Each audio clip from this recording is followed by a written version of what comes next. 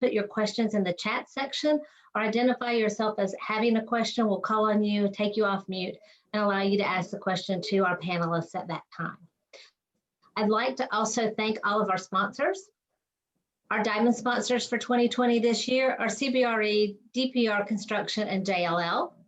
And then our annual sponsors, which we greatly appreciate. We have a host of them, both diamond, platinum, and gold. And for our mega event this year, we also have sponsors that are helping us out. Today's roundtable sponsor is going to be CBRE, and I'm going to give them a moment to our sponsor to share a little bit about themselves. So John?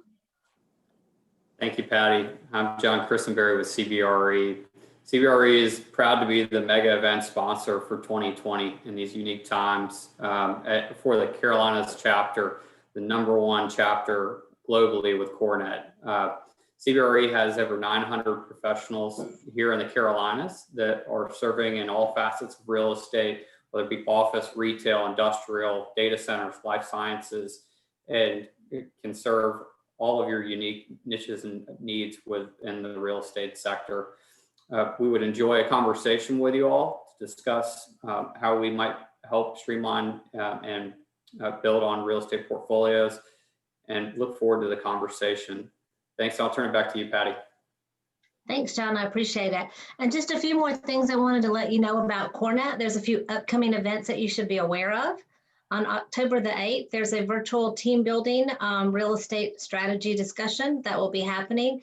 And also on November 5th, the virtual core awards will be happening, and registration will start on October the 5th. So don't forget to sign up for those events. So let's not wait any longer. Let's get started with our roundtable discussion today, a CRE around the world in 45 minutes. Again, the focus on EMEA. John Christenberry and Brad Divins are our moderators for the event. So gentlemen, I'm going to turn it over to you to introduce our panelists. Great. Thank you, Patty. So it is my distinct honor and pleasure to introduce our panelists for you today. First up is Allison Rankin, the Global Head of Workplace Services at Schroders. Shane Kelly, the Principal at TP Bennett. And Francis Warner-Lacey, AKA Frankie, the Senior Director at CBRE. Thank you very much for attending our panel today. John, I'll turn it over to you. Allison, if you wouldn't mind just giving us a couple sentences of what you do at your firm and what your firm does, that'd be helpful for the audience. And then we'll pass it from there to Frankie, then to Shane. Okay, thank you. Hi, I'm Alison Rankin, Global Head of Workplace Services for Schroders. Schroders are an asset management company, and we are headquartered in London, but we have offices globally in New York, Hong Kong, Singapore, and my remit is property strategy, acquisitions, disposals, travel, and physical security. So I've certainly had an interesting 2020 supporting the business in keeping the business going. Thank you. Frankie? Oh, sorry. Wake up. So yeah, I'm Frankie Warner-Lacey, Senior Director at CBRE. I lead the Tenant Advisory Group in the City of London, so advising occupiers on the corporate real estate strategy. I also lead the law firm practice group at CBRE for the EMEA region. So I've got a good understanding of the dynamic across that region. But I think for this session, I'll be focusing on what's happening on the ground in London, which is pretty much consistent with what we're seeing across the other markets. Wonderful. And Shane? Hi, I'm Shane Kelly. I'm a principal at TP Bennett. We're a UK interiors and architectural practice, multidisciplinary. I'm a principal on the interiors division, specializing in workplace design and strategy. So very interesting point in time for what we're doing with our clients across all sectors, professional services, financial services, and tech and media. So it should be a good conversation today. Great to have you all. So we'll start off first with a broker-led question towards Frankie. What is the current state of the market? You know, landlords and developers, they've enjoyed years of just a landlord favorable market and where tenants compete for space, concessions are limited, has that scale started to tilt back towards the tenant now in London and across EMEA? Thanks, John. I think in simple terms, the answer to that question is yes and no, but don't worry, I'm going to give a fuller answer.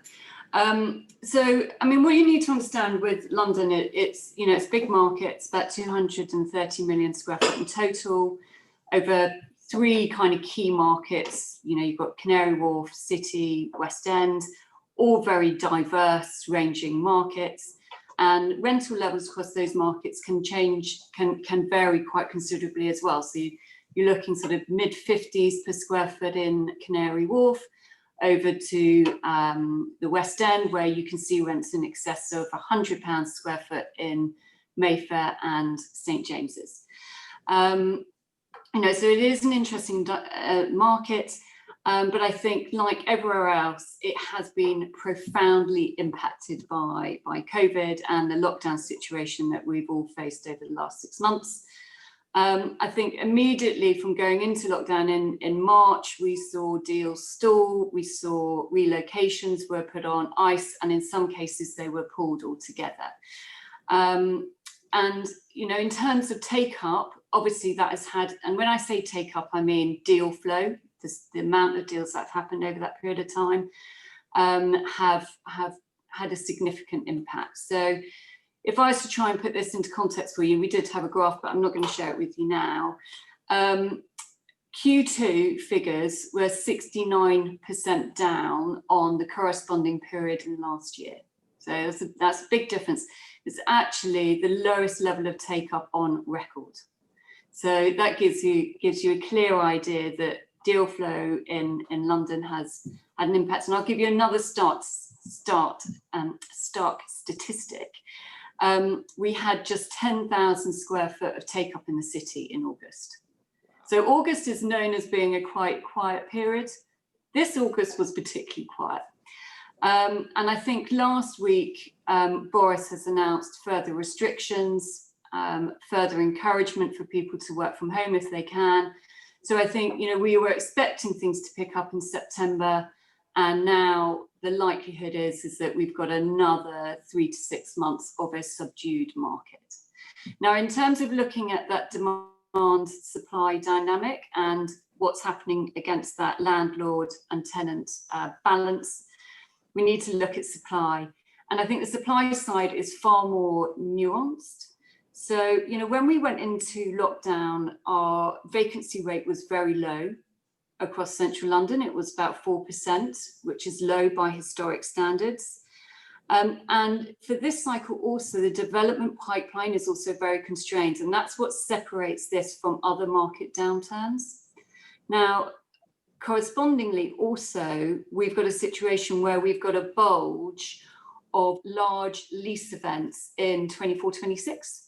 So the demand for large amounts of space is high in a backdrop where we've got a limited amount of development pipeline coming through. So on one side, actually, landlords are still feeling quite confident on new schemes coming through. There are some deals that are happening. Baker McKenzie is one, and we understand there's another which is due to be announced, well, it was announced yesterday, but I think it's still confidential.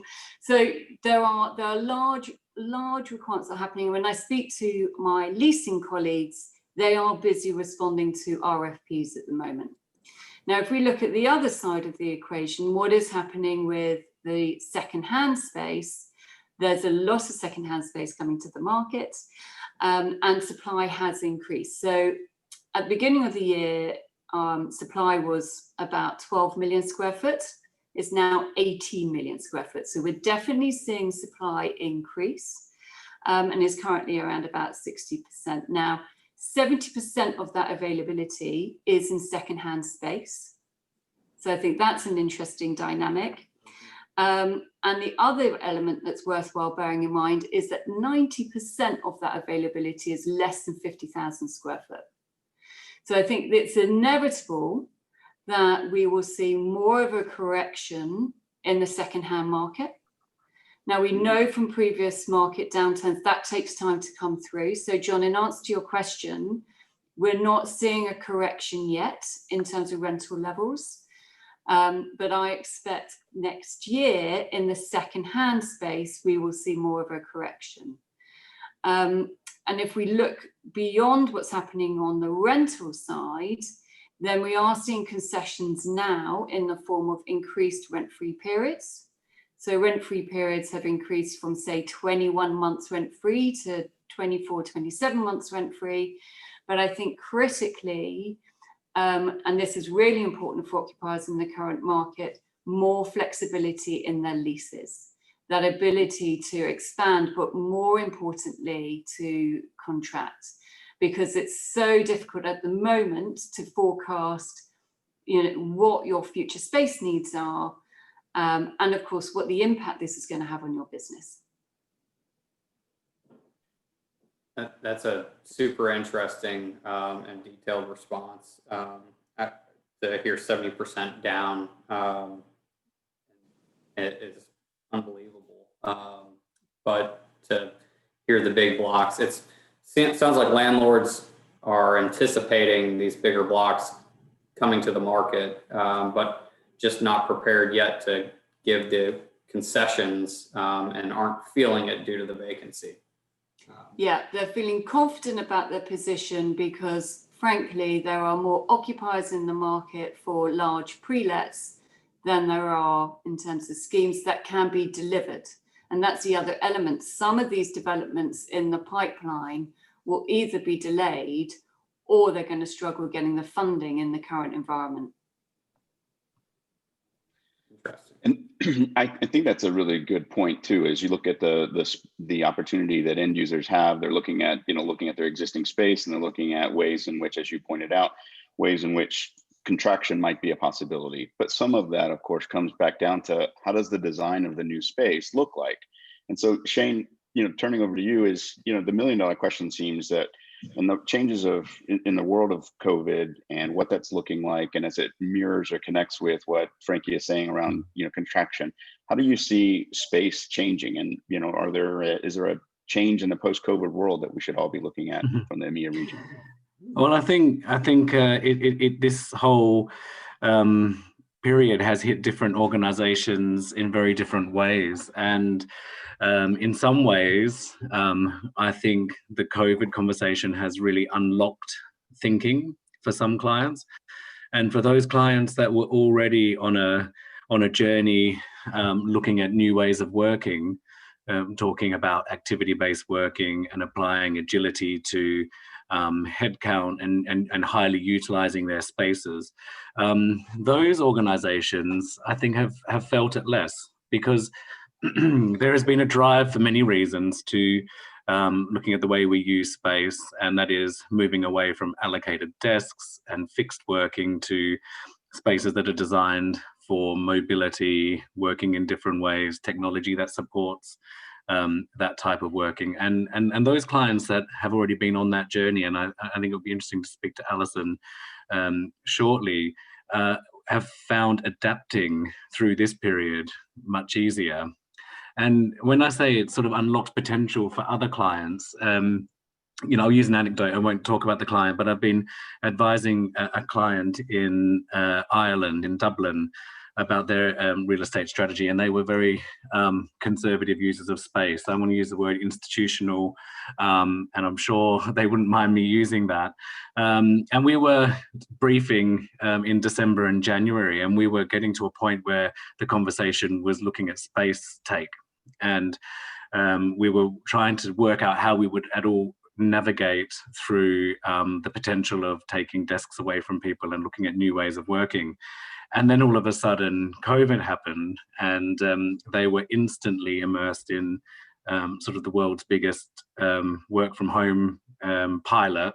And I think their perception on everything changed almost overnight, because a lot of the resistance to talking about new ways of working often comes with the thought that things can't happen differently, not the knowledge of having tried to do things differently. And in a way, it unlocked the potential of that entire project, and it has turned into a really exciting, very, very different world of work for that particular organization. I think this isn't, they're not alone in being a client that has had the opportunity to view things very differently, because we are now working remotely. We're all, many of us have been for 6 months doing our jobs effectively, productively, and in a very, very different way. I think the legal sector, Frankie mentioned, a very important sector to TP Bennett. We do a lot of design for legal clients. Again, they are traditionally probably some of the more fixed workers and working in more traditional ways. That they're all now realizing that you know, there is a sort of an element, an added value to factoring in an agility level, or getting work-life balance right. I think the wellness agenda is featuring quite heavily here as well. You know, understanding that people can be productive from home, that it's not a culture of presenteeism, that people's productivity can actually go up depending on task. And so what we're seeing is that for many clients, it's more of the same. If anything, it's perhaps turning the dial on how agile they can be. And for other clients, it's provided a real opportunity to perhaps accelerate discussions that were somewhere on the horizon because of commercial pressures and pressures on work-life balance, but they were somewhere on the horizon and probably put in a too hard basket, because obviously change is difficult for organizations to navigate. And we've been all in a position where we have to face it and realize it, and it's been the most incredible time actually from a workplace strategy point of view to be having discussions like this. Yeah, I completely agree, Shane, and I think that kind of tees it up as well to move into Allison as an end user. You know, you look at your space, you look at the design. Frankie's talking about there's the opportunities in some folks who are going to take big blocks of space, and in other areas they might contract. You know, and we've seen in the media technology industry as a whole, you know, companies like Amazon and Facebook are doing exactly that, taking up large spaces, and then others like Twitter are saying work from home is the new norm. What does Schroders look like, and you know, how is your company approaching real estate in EMEA? Yeah, I mean, it's a diverse opportunity at the moment. We've taken the view that we're not taking a global mandate on what happens to each office. We're taking the view that every single country and even a state can be different to somewhere else. So it's very much led by government regulations and policies. So we have, for example, our colleagues in Singapore, where it's mandatory that they wear masks all day long, but it's not mandatory in the UK to wear a mask in an office environment. We've got our colleagues in Singapore just coming back into the office, but the government again has put a mandatory ceiling of 50% in. And in Hong Kong they've been back a little bit longer, which actually gives us hope that actually, you know, in 6 months' time, you know, it is a return to the office. All things being equal, I'm seeing travel coming back in some countries, and interstate travel coming back as well. So it really depends on the regulatory obligations of each country, and also, you know, where they are in the pandemic cycle. If you want me to talk about the UK, we've got, you know, various rules and regulations depending on where we are in the country, which basically means that some areas are still in semi-lockdown and others are free to move around. So we are taking the view it can't be one strategy fits all, because that really isn't appropriate.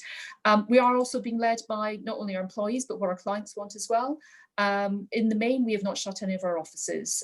Certainly I've been in the office, other than being on holiday, I've been in the office every single day since March.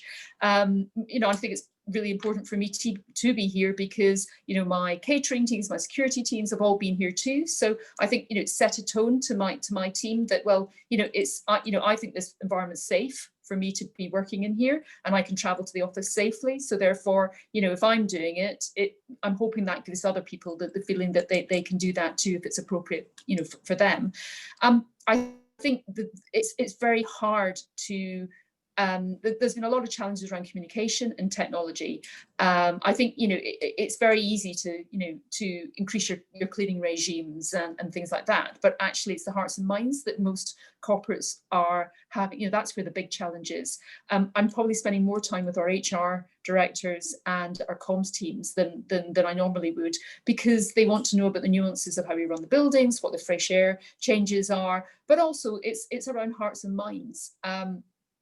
Certainly at the very beginning of lockdown, in our central London, in our global headquarters, we had a minimum team of 20 people in the building. Normally it takes, we can accommodate 2,500 people. So this was a fundamental change to how we work. Schroders as an organisation have not embraced working from home before this. And in fact, about 6 weeks ago, we actually brought out a new flexible working policy, and that is a global policy rather than something that was in the UK but not really reflecting anywhere else internationally. It's very hard to link our COVID response to any long-term plans at the moment, because I think everybody's in this sort of 6-month to 12-month view at the moment. But certainly what it's proved to us and many other organisations is that you can do things differently. I certainly don't feel that the office is dead. I absolutely believe that the office is somewhere that people still need to come to. And I heard a lovely saying the other day, which was meaningful commute. And my take on that is that actually these days, if you want to work, and you're on the phone and you're doing emails, you need to concentrate, do that stuff at home. But if you want to connect with people, if you want to kick off a project, you come into the office. So what does that mean for an organization? In my view, that means that most people are probably in 3-4 days a week. And that day of concentration, or the day you've got back-to-back calls, or you're speaking to Asia, or whatever it is, that's the day you do from home. So from a life balance, from a mental health point of view, that's the day that you are, you maybe you can get up a bit later, or you have to get up earlier, or whatever it is. But it's reflecting your work patterns to your clients. But for the main, the office is still relevant, and I think it's really important that people do come together. And as much as we've all done these sort of Zoom calls over the last couple of months, nothing beats sitting down with somebody over a cup of coffee and actually just connecting at a really, really basic level. I think technology has been, again, something that we're so dependent on at the moment, and I've certainly seen where our technologies work really, really well, but the challenges are always around Skype or Zoom or trying to get into things. Our firewalls are very strict because we're a bank, and we cannot always get into all the different meetings that we have. I think a lot of things can be done at home, and I know in the background our IT departments worked incredibly hard to keep us all running and going. We had many offices where they didn't have laptops, who were absolutely dependent on working from an office environment, where we were able to effectively allow them to be mobile overnight. So as an organisation, we have fast forwarded at least 5 years within a matter of months. So that's a fundamental change to us as an organisation, and I think that's really, really positive. My concerns are always around sort of the mental health, the burnout of people feeling that they need to be in the office but can't because they've got they're shielding members of their family. It's incredibly difficult to make sure that everybody has a voice and that everybody knows that they can still do their job when we're in this period of absolute flex and where no two offices have the same experiences. Very well said, Alison. It sounds like flexibility is something that is probably going to stick moving forward.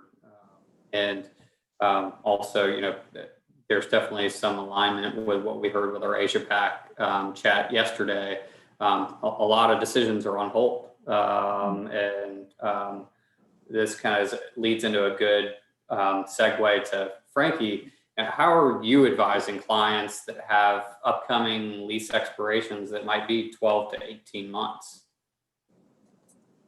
Oh, it's so tough, isn't it? Because how can you expect an organization to make a long-term real estate decision today when, there's so much in the air? As I sort of commented at last time I spoke, the impact of this on your business And where are you going to sit on this hybrid working, this working from home? Because actually, if you took those work surveys, sentiment surveys at the beginning of lockdown, you know, some people were saying they would work from home 4 to 5 days a week. And actually, the longer that we're in this lockdown situation, I think the more the value of the office is coming forward, and the enthusiasm for working from home is waning. And so now you're in this situation, where are you on the scale? As Alison said, is it 1 day at home? Is it 3 days at home? And that's going to have a kind of critical impact on your space needs going forwards. And then, are you going to operate less dense work environments? How far are you going to push that office environment to be the destination of choice? Because you're now fighting with your home environment as your alternative work location. So, you know, a lot of our clients now are trying to push out if they've got lease events in the next 12 months.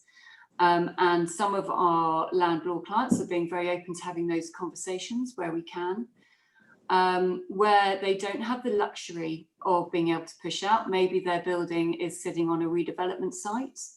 Then there's a lot of advice we're giving around bedding in that flexibility.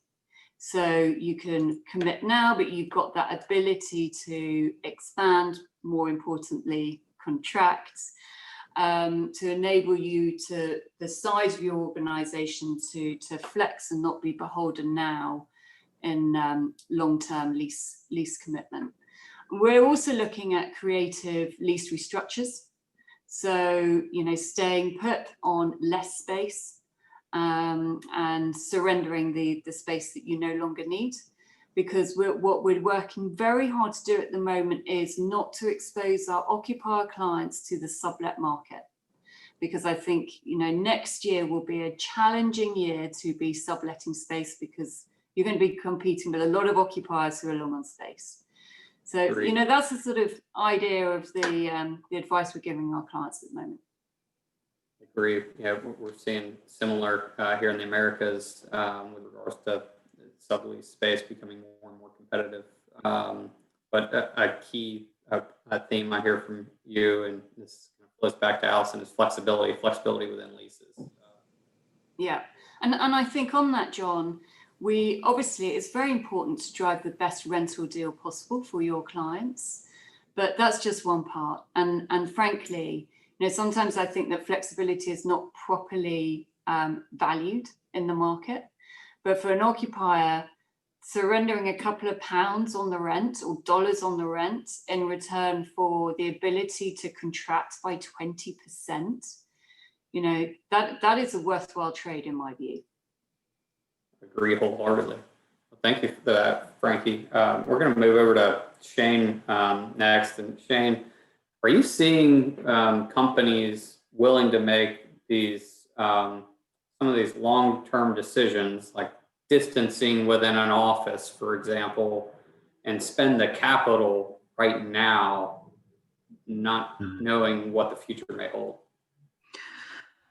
I think the short answer is, I think people are trying to minimize that type of spend on you know, quick fix solutions, and we're seeing much more innovative ways of reducing the population in existing offices. So we were talking earlier about like red and blue teams, and you know, doing overlays to an existing plan rather than you know, reconfiguring space right at this moment. And you know, certainly in the UK, the guidance is changing, seems daily. So you could never actually be on top of it. And I think that in terms of, you know, making long-term decisions based on these the current world we live in, we were just talking before, the sort of 6 to 18 month you know, lease expiries are probably going to be the hardest ones. The long-term requirements, and you know, there are a lot of really strategic projects in the pipeline. You know, they can't afford to wait and avoid any discussion, and they certainly can't afford to consider a world where social distancing is going to be a permanent part of daily life. So flexibility absolutely is the key. And as I said before, clients that weren't looking at more agile workplace strategies now are, and certainly in looking at how flexible leases can be structured and the ability to expand and contract within a building are absolutely key. And where we are looking at space planning for projects that are further down the line, we're very much looking at how you can overlay different occupancy models, because there is certainly in London, there will be no economic payback on trying to accommodate an organization at a sort of new space standard. The space just isn't here. It wouldn't be economically viable. But what we are seeing is this real discussion around the role of the office. And I absolutely agree, with Frankie, the early surveys that we ran showed that everyone was quite liking working from home. And the longer it goes on, the novelty is absolutely wearing off, and people are really starting to see the cracks and realizing how difficult certain parts of our jobs are to be done remotely. So, there's a lot more conversation about how the office is going to be a hub. It's going to be an extra focus on community, on interaction, on innovation. But we absolutely can't forget that a lot of people's work from home experience isn't great. And we're talking particularly about younger people in the workforce who might be living in less than ideal accommodation, in small flats, sharing with many others. There are a lot of reasons why people aren't enjoying working from home, and it actually just feeds into the activity-based agenda and the fact that our offices need to provide a range of settings for a range of people who require different things from them on a day-to-day basis. I couldn't agree more, Shane. I think one of the biggest opportunities here is the shift of being in the office day to day, every day, all the time, and not having any flexibility. But it also leads into this other thing. Corporations for the longest period of time have promoted the fact of culture.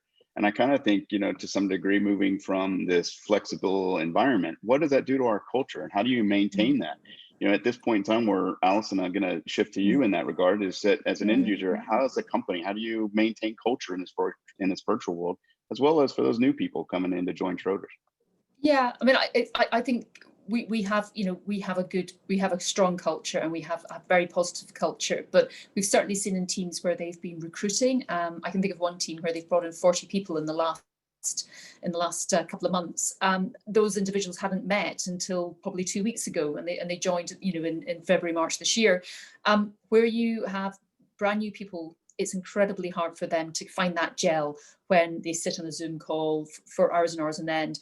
Actually just bumping into people, that connectivity that you can get naturally by being in the same building, it's much, much easier. We've done podcasts, we've done quizzes, we've done every single thing that we can to bring teams together and the organization together. But I think there comes a point where people are just disengaging. I think the video cameras start going off, and people just are tired. And not surprising. This is not it's stressful time in our lives. We don't necessarily want to everybody looking at our spare bedroom wall when the kids are walking through. It's a challenge. Building culture, I think you can. It's better done in the office. And certainly what I'm doing with my team is talking about surprise and delight. If and when people are coming back into the office, we've got to make the office actually a pleasurable place to be in. So I'm saying to my catering teams, be happy, be smiley, be helpful, be thoughtful. Some people certainly, a couple of months back hadn't seen anybody else. The security guard at the front door waving at somebody was probably the first bit of contact they've had with individuals in many, many weeks. And the feedback I've had has been fantastic because of that. So coming to the office should be a celebration, and if you have the choice of doing your calls at home or actually coming into the office, if the office is drab, if the office serves bad coffee, what's the incentive to come into the office? You can make your own coffee at home and it'll be better. So so from a facilities management point of view, the teams have never been more important because of cleanliness and the one-way systems and all the other things that we're putting in. But actually it's about building the culture starts at the basics, from the walk. Can you get your car parking space? Can you get through the front door? Does your pass work straight time? Does your laptop work first thing you come into the office? All those little things niggle at people. And if they can go, oh, I can do this so much quicker at home, and it hasn't taken me an hour and a half to get here, and it's cost me £70 sterling, what's the point? You know, you've got to make it slick. You've got to make it smooth and easy for them. Now, that I can't solve all of those issues. So that's where culture and where the entire organization is going to come together. It's the facilities management team we're good, but we don't have a magic wand for it all. Sounds like if anybody has that magic wand, it's you though, Alison. I agree. Yeah, and from a culture standpoint, yeah, I can appreciate that. You know, I moved firms here 2 months ago, so doing it in a COVID environment and onboarding with a new company, it's very hard to identify and ingrain yourself into a business's culture just through Zoom meetings. And I'm itching to get back into the office here in a couple of weeks when we finally go back, and I'm sure that's something that all real estate and HR departments are battling with, of how to keep the culture alive as this progresses and progresses and progresses. So with that said, we want to open this up to the audience and get the audience involved.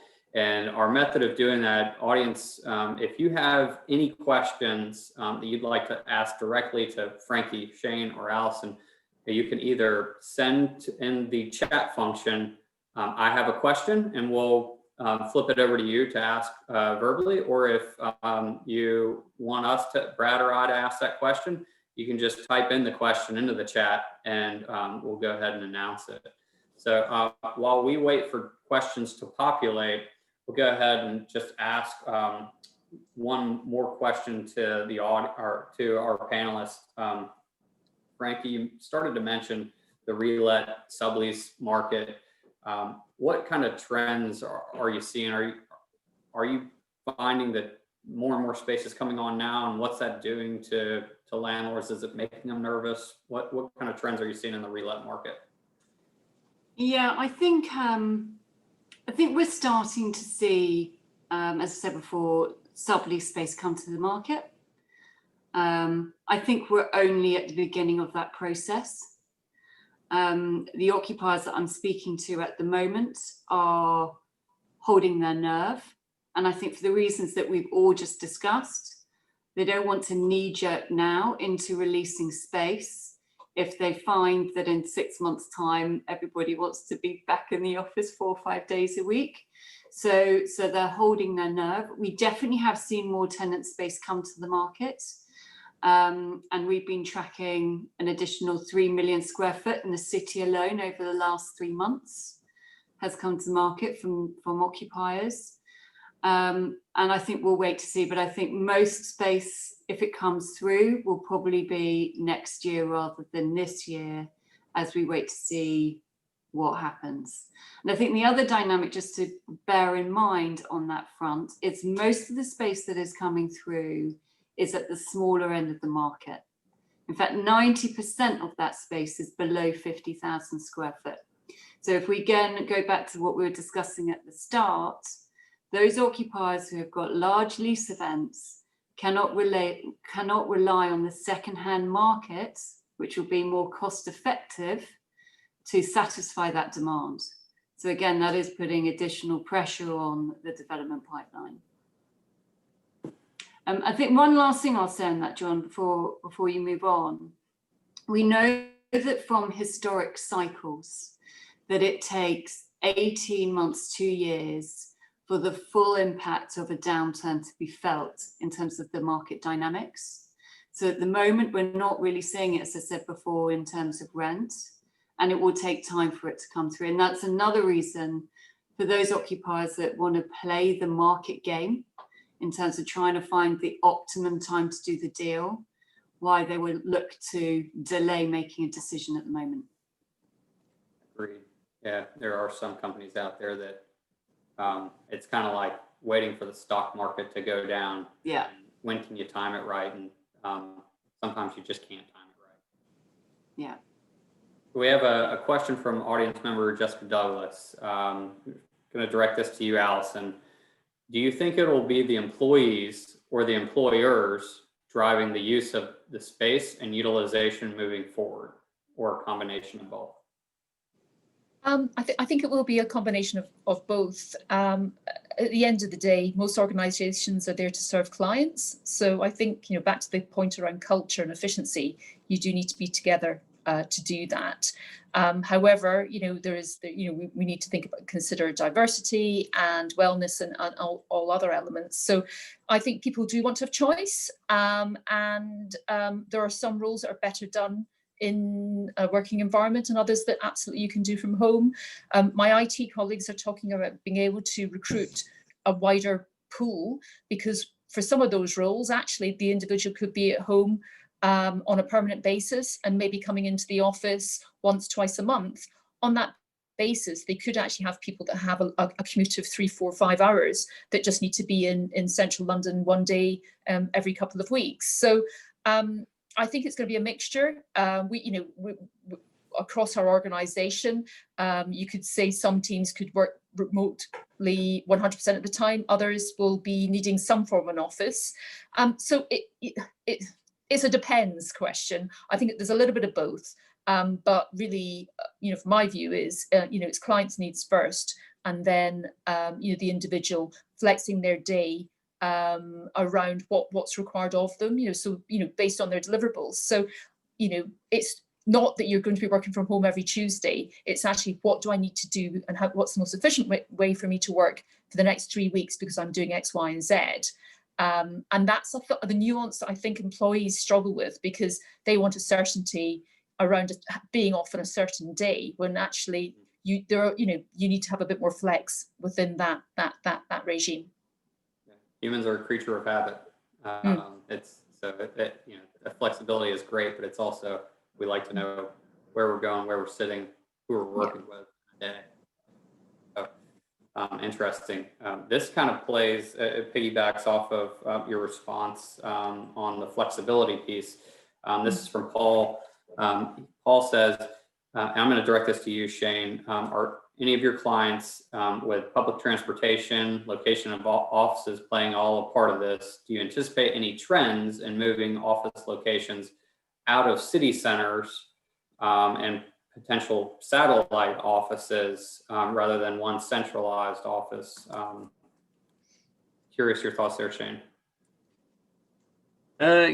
Well, there will be an increasing conversation around this. I'm absolutely sure. And again, these are some conversations that clients were having pre-COVID, particularly in very sort of dense urban areas, or areas where the transport infrastructure really struggles. So I said I've got a project in Dublin. That isn't in itself a big city, but the population is quite sprawling around there, and the commutes in Dublin, I think, can be as bad, if not worse, than in London. And I think some of those conversations have been taking place in cities where you wouldn't necessarily expect they would take place. There's a greater conversation going on, certainly in London, about the safety of commuting to the office. At the moment, it feels incredibly safe because there's nobody on the trains. There's nobody on the trains. It's really very empty, and it's very hard to imagine those tube carriages ever going back to the state that they were in a peak hour. So I think, again, flexibility absolutely plays into this. I think culture and community would be very hard to manage in a sort of hub and spoke model, where your closest office is where you go and not necessarily where your collaborators and colleagues are. But the flexibility in working hours and timescales, and making sure that we no longer have a peak crunch, between 8 and 9 a.m. in the morning, and allowing people to start early and or start later, depending on what suits their lifestyle and their commute better. So I think the flexibility is at the heart of all of these discussions, and I think the location of the office is maybe secondary to some of the conversations around flexible strategies in workplace. Yeah, what's interesting, if I can give the counter argument, because through our data, we're actually seeing take up in the office is actually less in our campus, which is outside of central London. Almost all individuals drive to that campus, and we're seeing. Oh no. Uh-oh. Alison? We're talking less than 100 people. So for those individuals, chances are they already have good home lives. They've probably got a spare bedroom, and they are the individuals that working from home is very, very convenient. So I don't believe it's the issue around public transport, because 95% of the people actually drive anyway. It's their home life that allows them to think that being at home is a better place than coming into the office. In our central London office, we're actually seeing less cyclists coming in. So again, these people don't take public transport, but we're seeing the number of cyclists is actually lower than we normally would have. And also, we're still seeing people coming in. That crunch period up until 9 o'clock is still happening. So even though we keep encouraging people to flex their day, spread their day across the commuting time, still people are dashing in for 8:45 in the morning. So we are creatures of habit. And, there are so many, there's only so many ways you can say the same thing, but, people still want to, come in and be at their desks for 9 o'clock, which it's a really, people aren't changing their decisions that much. Yeah, and I kind of, interestingly enough, think about that people's work-life balance has gotten better as a result of COVID to some degree. I mean, and hopefully people see that. We have one more question, just given time, and it's from Anna Marshall, the chapter lead. And it is, what CRE workplace technology have you found to be more critical, valuable now than with pre-COVID, whether it's supporting space analysis or space management? And I'm not sure if that's all of you have a response to that, or one, but wanted to put that out there, and whoever feels best to answer.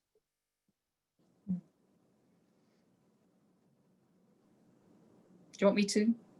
Shall I answer? Sure. Go ahead, Alison. No, Shane, I mean, you've probably got some good examples of clients as well. Do you want to go? No.